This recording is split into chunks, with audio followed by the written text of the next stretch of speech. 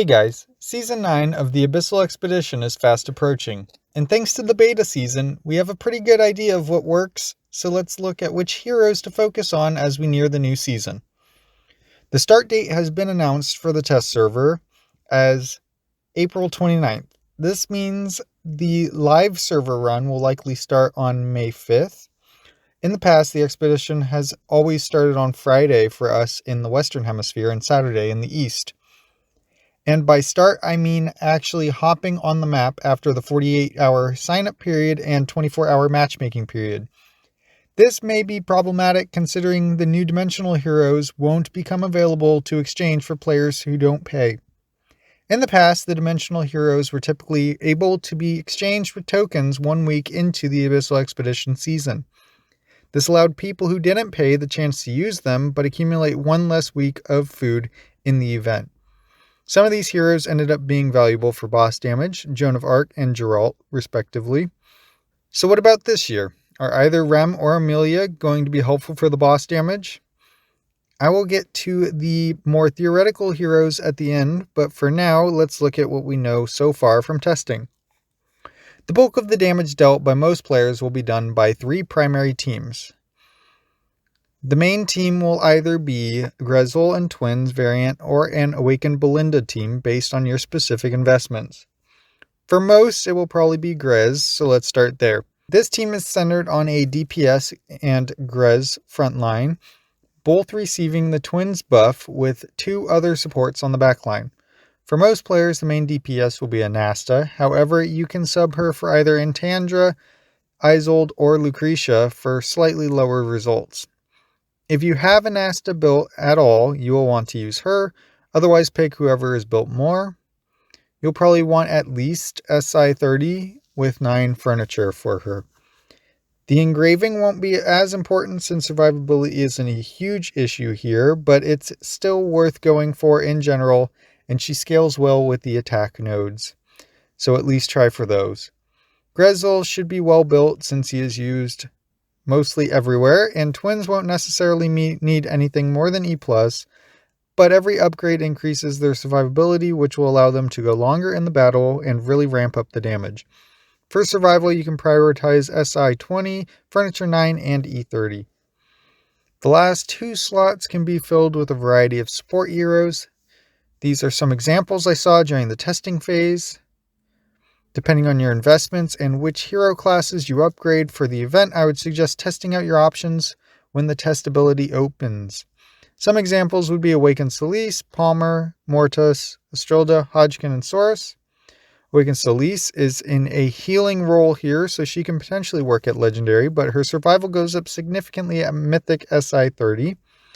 Palmer is a hero you'll likely want to max out anyways, but here he does very well at SI 20, 9 Furniture, and E30. Mortis can work at E+, with a boost at Mythic SI 20. Estrilda will be a backline hero for this comp, so her SI will only be beneficial at plus 30. If backline survivability is needed. 9 of 9 Furniture and E30 are very nice damage buffs. Then Hodgkin's SI 20 and 9 of 9 Furniture are great for overall team survivability. Finally, Saurus will need SI 30 to live up to his healing potential for the team. The next team focuses around Awakened Belinda. Even at Legendary, she can deal massive damage, but you'll want her as invested as possible. This team ramps up so fast that the difficulty is keeping it alive to hit the high numbers. There are loads of possible teammates for this one, mostly seeing Rosa, Rain, Estrilda, Palmer, Albedo, Aziz, Damon, Edwin, and Saurus.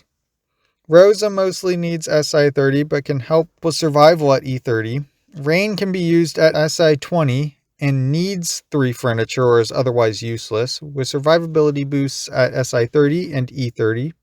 Albedo needs E60 to be used.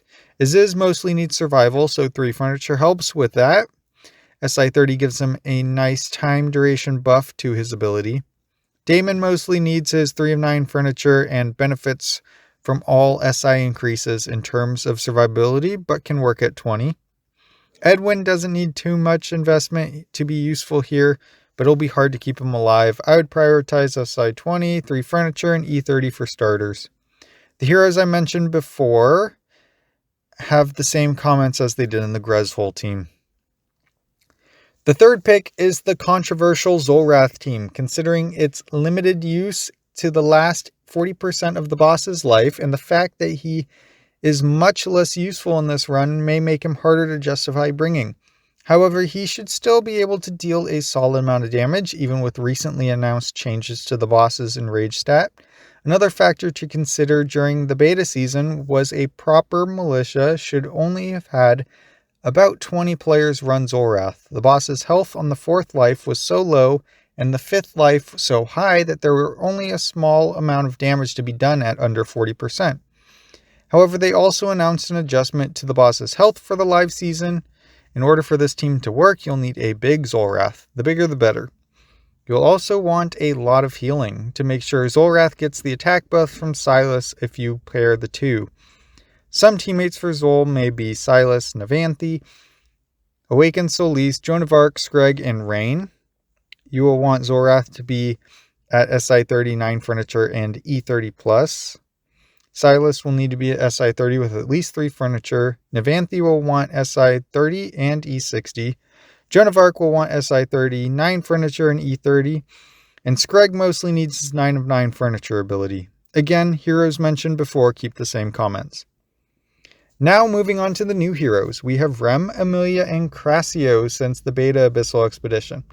It is hard to tell for sure, but it does look like Rem and potentially Crassio will be able to deal some decent boss damage.